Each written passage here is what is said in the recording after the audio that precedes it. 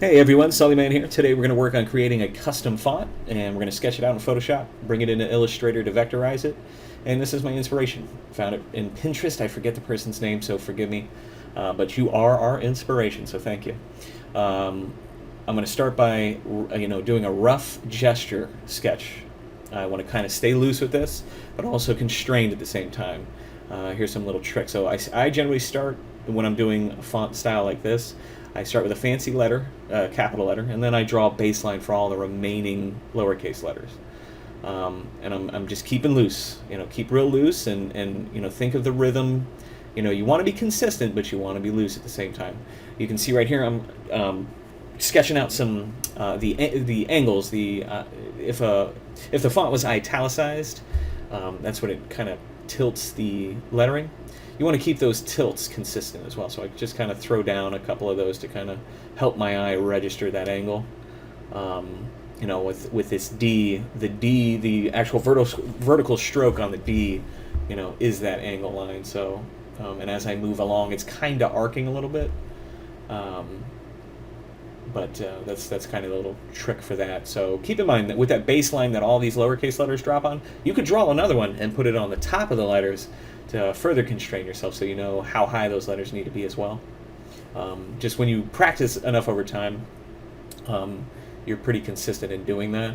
So that's why I didn't sketch them out here.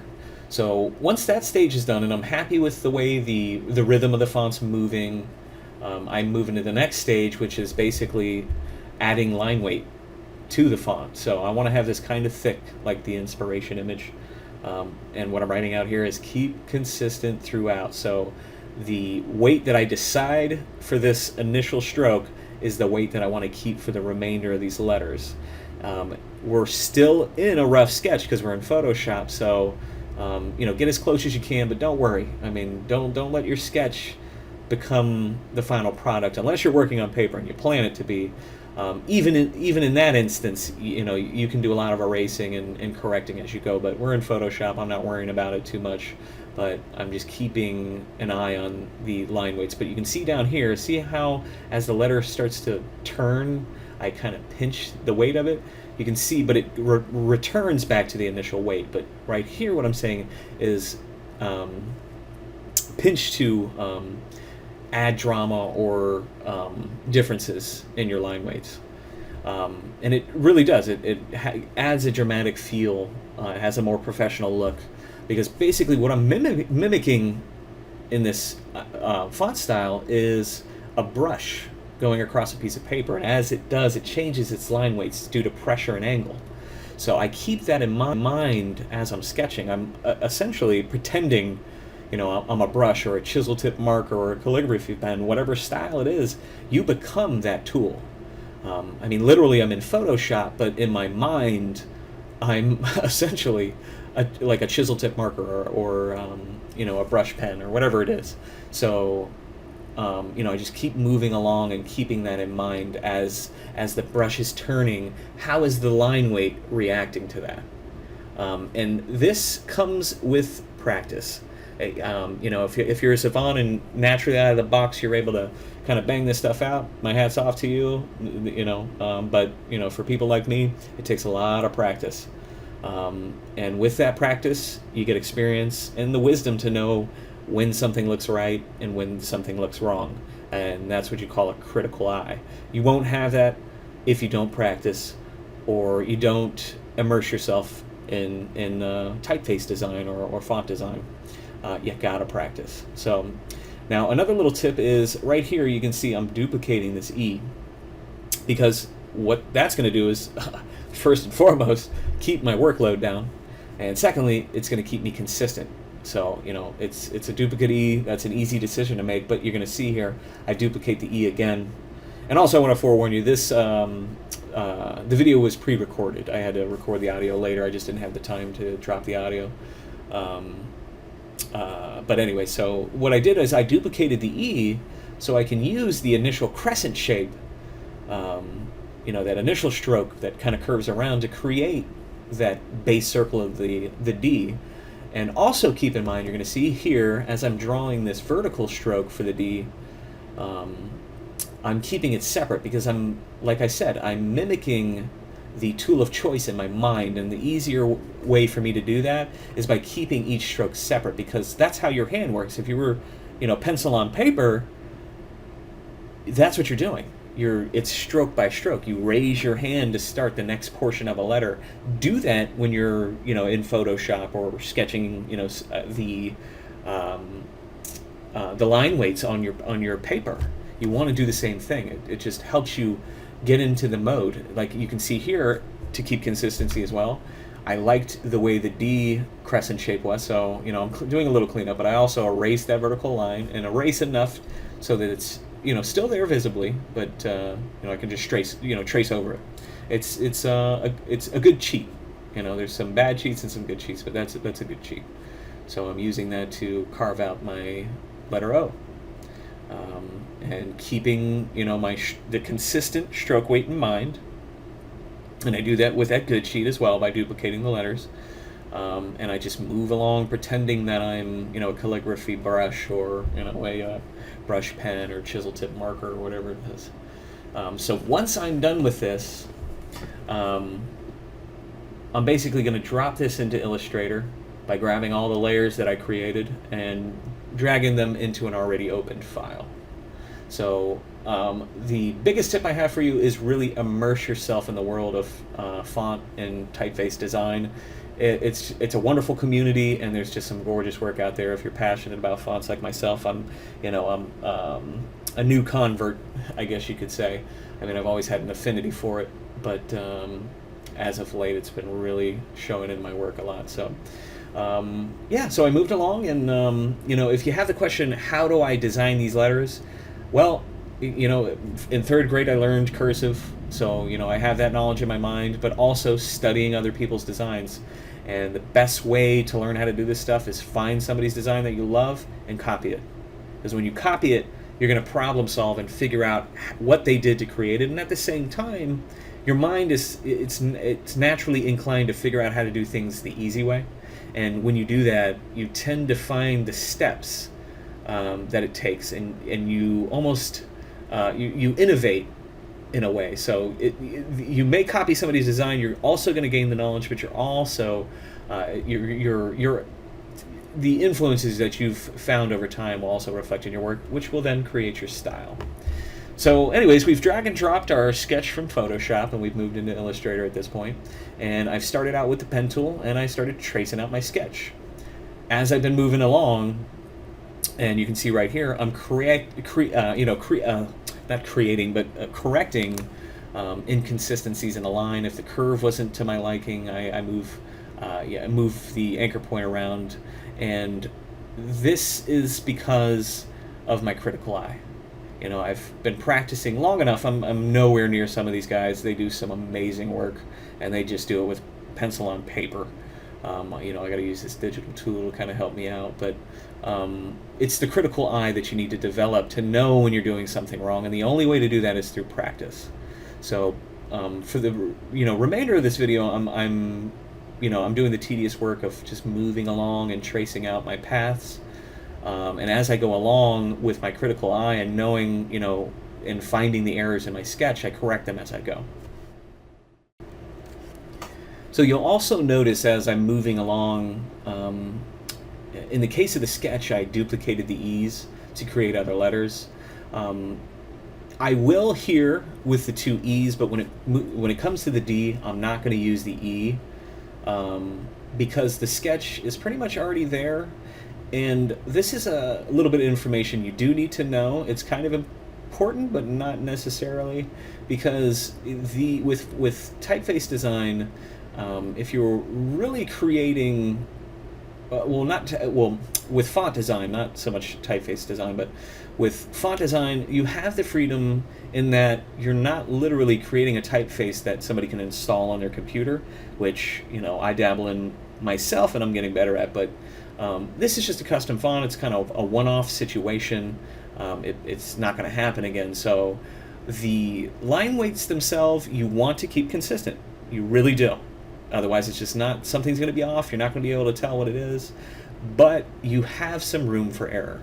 They can be off a bit. So this D is probably going to be I mean, millimeters off of what the E is at certain points, but we are allotted a little bit of freedom to play around with the line weights and not be, I guess, scared into thinking that, if they're not exactly the same, you've failed.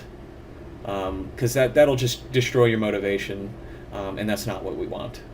So just keep in mind that there is some room to keep your line weights different in ways. I mean, the overall look you want consistent, but there is some room there to kind of play with. So don't knock yourself if you're not. If you, because at times you'll want to be urged to, like on this style, just use one path and then change the stroke width applied to that path. And though that might be the style you're working for, I find with this look it doesn't work all that fantastic. You're better off just sketching it out and understanding it in that way. And it gives you mileage. I've said it in other videos. You need mileage to get better at this stuff. And, like I said, some prodigies just out of the box can do some amazing stuff. I'm not one of those people. It takes a lot of effort and practice for me to do stuff. So, I suggest the same for you. Practice. It's if you love it, practice it. So for the remainder of the video, basically what I'm going to do here is now I'm going to kind of just look at the font, and if I see any errors, I can kind of move them around. But right now I'm basically going to adjust angles and tweak things as I want, shift them around. And like I said earlier, keeping the strokes separate from each other. You see how the F's made of two different strokes, the D's made of two different strokes. You'll see how that plays out later in the video as I adjust the horizontal stroke, top stroke of that F. And basically what I'm doing here now is I created a guideline, a horizontal guideline, and I'm just adjusting these letters to kind of hit that baseline similar in the same way. They don't have to be perfect. Like I said, there's some room to play, but like with this F, I'm going to change the tilt angle on that. I'm going to use this, the custom skew tool. I forget the actual name of it, forgive me for that, but it allows you to kind of adjust the angle with some freedom.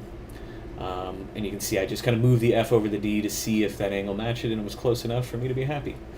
So I'm taking a look, just kind of making sure everything looks pleasing to me. And like I said, you got to develop your critical eye. You have a critical eye no matter what, and as a beginner, it's just not that good.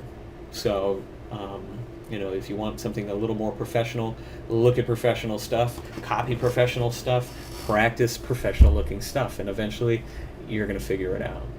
So now what I'm doing here is I'm going to add some extra little flourishy stroke tips that make it look like the font was made out of more than 2 or 3 strokes.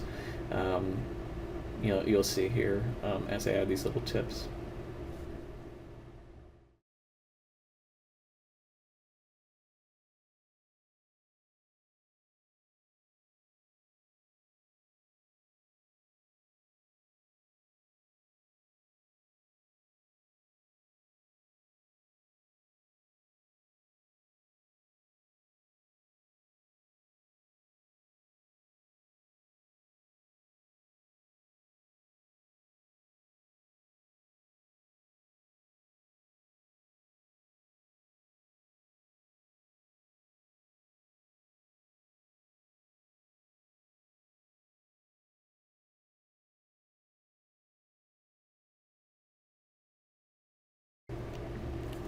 Also, what I want to have you keep in mind when you're adding these extra little details towards the end of your font creation process, they need to be consistent too. So, like with these little swoosh tips, stroke tips, whatever you want to call them, you want to try to keep them consistent. Say, for instance, you added a little tip coming off the O. Well, basically, you're going to want to find any other, letters, E's, O's, maybe D's, maybe A's, that you can place it on in the same line. So think of like the baseline. If you had it in the middle of these letters, you want to add that little tip in the middle location of all the other letters of a similar type. So that's one way to be consistent with it. I mean, looking back on this video, some of these probably weren't the best decision, but you know, you live, you learn. You know, this is just a video tutorial. In the end run, this wasn't for anything, you know, a professional job. You know, it's just for you guys to kind of learn. But at this point, I'm creating one of those nice underlined swooshes that you'll find on like old baseball jerseys, or any, not even old baseball jerseys. A lot of them you'll find today. It just kind of, you know, emphasizes the word that you're applying it to. It shows importance to the word. You know, it makes it more dramatic, if you will. So I'm just kind of going through and remember, this wasn't in my sketch, so you know I've done this a lot. You know, I've altered other fonts that I've created. So you know, with time and practice comes the wisdom and knowledge to know how to do it. You know, this one again isn't the greatest. Keep that in mind. I'm not all that awesome at it. You know, I do appreciate any good feedback I get on any of my work. So you know, thank you guys for that. But you know, I'm still learning too, and it never stops. So at this point, you know, I was happy with a swoosh, and once you've gotten your font down, you know, everything's kind of straightened out. I generally duplicate it, which you can see in the layers. I duplicated the straight lettering, and now what I'm kind of scrolling through are some warp options through the envelope Distort, and I'm just kind of scrolling through them to kind of show you some options you may have. I end up using a flag warp, and it's not so intense. I knock it down quite a bit. I think I changed the vertical offset a little bit to kind of tweak it to my liking, and that, you know, that's arbitrary. It's to each their own. You know, you might not like it as much as I do, or vice versa. So when I like it, I go ahead and finalize it by hitting OK, and when that happens, you can see the angle of the D has now shifted, so I want to get my capital F to match that as well, so it doesn't ruin the rhythm. And now, like I said earlier, keeping the strokes as you create them, make them independent from each other. You can see here with the F in isolation mode, I can now go into the top stroke and alter the tip, you know, and bend it out to kind of match that new warp that I've created, and you know, also alter the strokes line weight without affecting you know, a merge down version. You know, because when you merge them down, you know, if you're bending anchor points, you might be affecting another one that's attached near it. So it's better to keep them separate when you're working on a font until the very end. And even in that instance, you want to duplicate it and then merge down. So what I did there is I grabbed the warped version of the readem portion, and I hit expand only one time because I just wanted to expand the envelope distort and leave the letters as separate paths or objects themselves. So that's kind of what I'm doing here to kind of alter the swoosh to my liking. And again, it's with a critical eye. It's just, you know, making it look right to my own eye that has, you know, years of practice working with fonts and looking at reference and knowing what is a right decision versus a bad decision. And the only way to do that is with a lot of practice and getting involved and immersed in the typeface and font communities and seeing what's out there.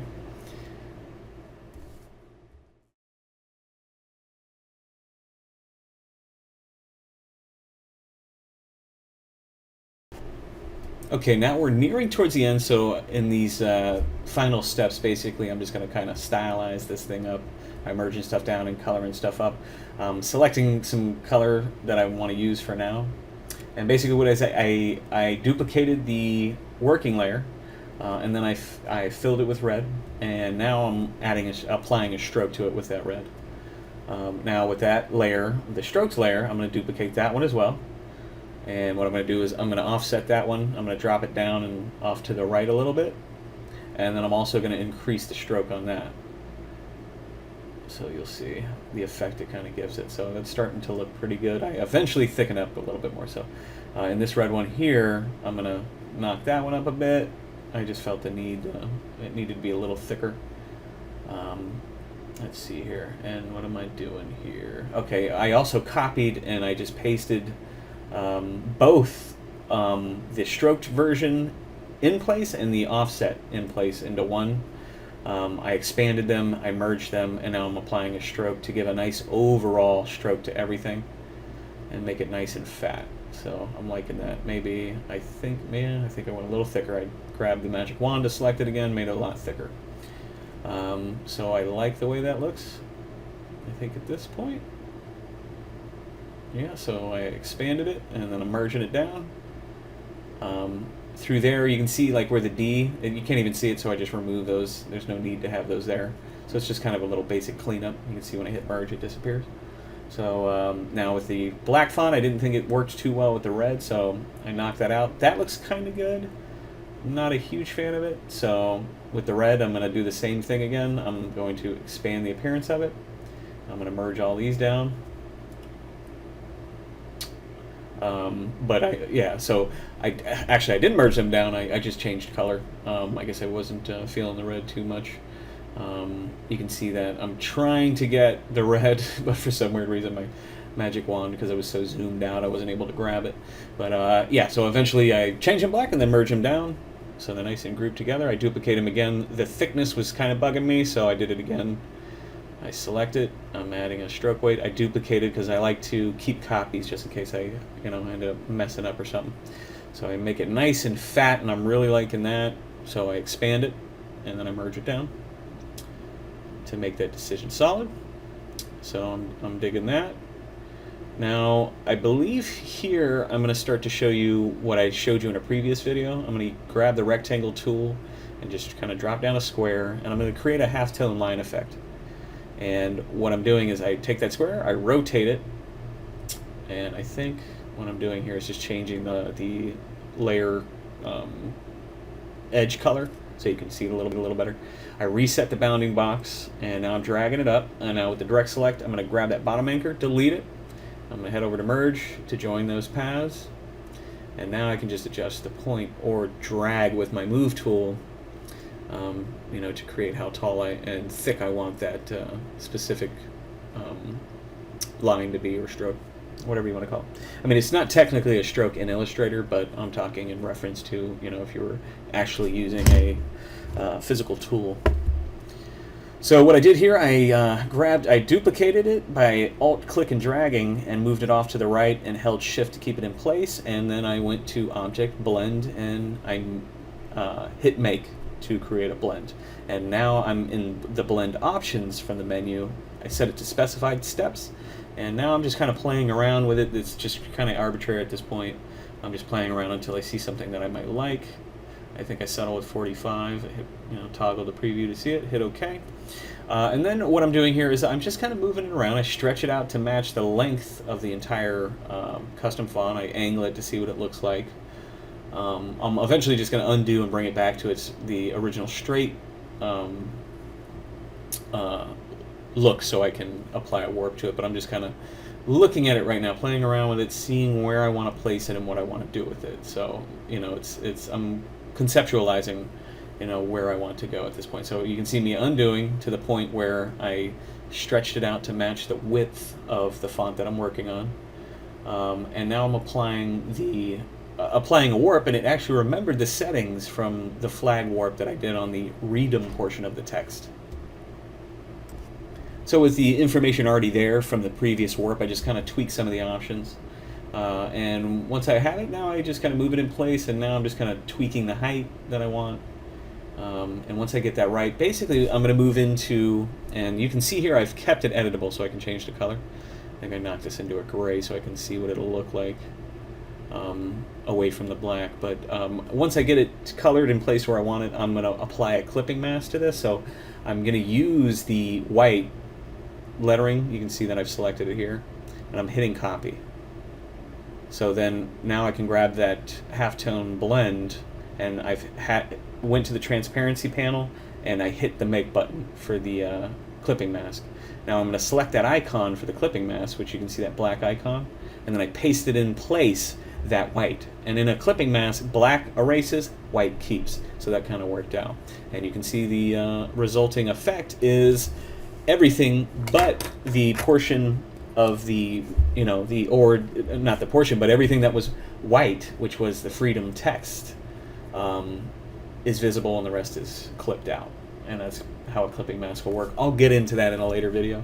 And you can see through here. And what I'm trying to show you now, towards the end of the video, is how you can export this. You can try by merging. I'm just showing you all the wrong ways first. And then eventually I undo everything and show you, the proper way to do it, which is Flatten Transparency. And there's some tricks to it, but basically what it's going to do is going to find all the transparent information and merge it, and it does become visible. You can see by the bottom, below the swoosh, and I just selected it there, it creates it into a path, and you can see that because I have white font, when I magic wand select that extra information, it's going to select all the white, so it becomes a pain in the butt. So I'm just running you through that to kind of show you some of the things that you don't want to do necessarily just yet, but if you were to save it out to a client, wait till you've colored everything the way you want before you do the Flatten Transparency. I'm just showing you a premature decision and why it can affect what you're doing, or how tedious it would be. You can see here I'm just kind of showing you how you'd have to go in and find every little piece and delete it out. But what I'll eventually do is I'm just going to hit undo and go back to the point where the clipping mask was applied, and then I'm going to start coloring things. I end up going with kind of some hot colors, which are just reds, oranges, yellows, but I'm not necessarily going to use like a nice solid orange. I use the halftone effect to create that illusion of a blend from yellow to red, and in between yellow and red blending to each other would be the oranges. So you're going to see here in the visible white portion of the text, I'm going to apply like a soft gradient. Here I'm going to apply like a kind of muted red, not completely bright and super saturated. And then over here I'm going to apply a gradient of some yellows. So you'll see here I'm just going to look for like a nice gold yellow, apply that, and then while making it, I was like, you know what? I might as well just apply a gradient to that, show you, some cool options you have when making this. But yeah, so just through here, I'm going to apply the colors to the gradient, and that's just about it. So I hope you guys enjoyed watching today. This is one of the more advanced tutorials for you guys, and hopefully you got some in-depth information on, how to create a font and some of my working process. Like I said, I'll get into clipping masks and some of the other stuff I mentioned earlier in later videos.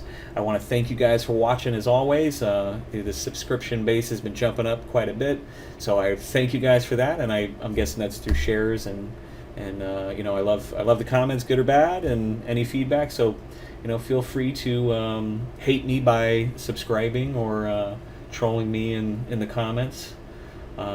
Any of that evil stuff, I totally enjoy it, so have at it. Thanks for watching.